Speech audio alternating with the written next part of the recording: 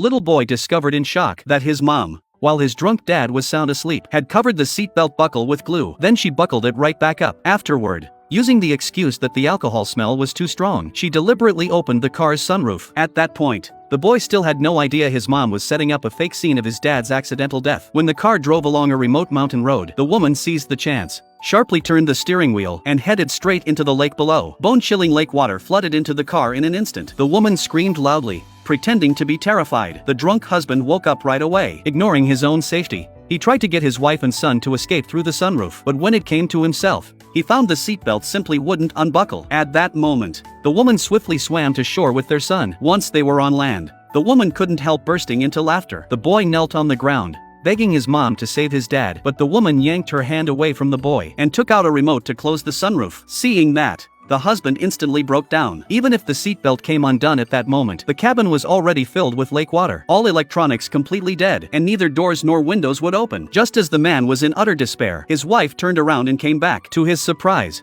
she merely pretended to pull on the door handle. She had returned only to make sure her husband was dead inside the car. And this was not the first husband she had murdered. Her real goal was to kill her husband so she could take all his property for herself. Her first victim was a 50-year-old man. Every evening after her husband got off work, she would put sleeping pills in his tea. Once he fell asleep, she would secretly inject him with a drug that blinded him until he lost his sight. Later, under the pretense of a weekend trip, she took him hiking. When they reached the edge of a steep cliff, she pretended to make an excuse to take a commemorative photo with him. Then, while he wasn't paying attention, shoved him deep off the cliff. The woman got her hands on her husband's property as she wished. Because she was a grade school teacher, the police didn't suspect anything. That discovery showed her a shortcut to easy money. When her funds were running low, she set her sights on a student's parent, her second husband, the one who would drown. On the funeral day, the woman shed fake tears, but only the mother-in-law knew her son's death had to be linked to the woman. Facing the mother-in-law's scolding and hitting, the woman didn't resist at all, instead acting pitiful and promising she would raise the boy herself. Everyone present was fooled by the stepmother's acting, but the next day, the woman actually sued her mother-in-law in court, falsely claiming that while she was away, the mother-in-law had secretly taken the boy. The old lady never expected the killer to act so brazenly. In a burst of emotion,